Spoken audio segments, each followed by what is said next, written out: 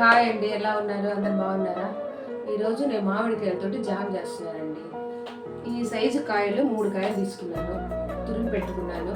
దాంట్లోకి 1/4 కిలో బెల్లం, కొంచెం ఉప్పు, అంతే.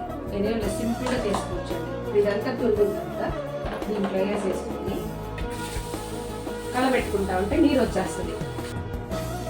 చూసారండి, కొంచెం లైట్గా నీరు వస్తూ ఉంది. ఇప్పుడు దీంట్లో బెల్లం వేసి కొంచెంగా ఉప్పు వేసుకొని అంతే దీన్ని బాగా కలిపేసుకొని ఇప్పుడు ఇది కలిపి పెట్టేసరికి నీరు వచ్చేస్తుంది.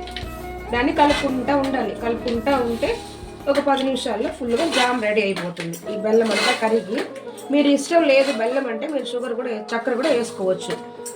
బెల్లం ఆరోగ్యానికి మంచిదని బెల్లం.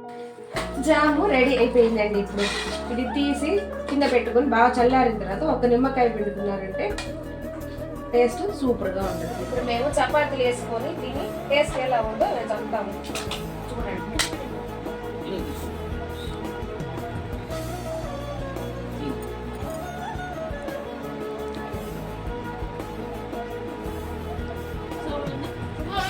బాగుందండి.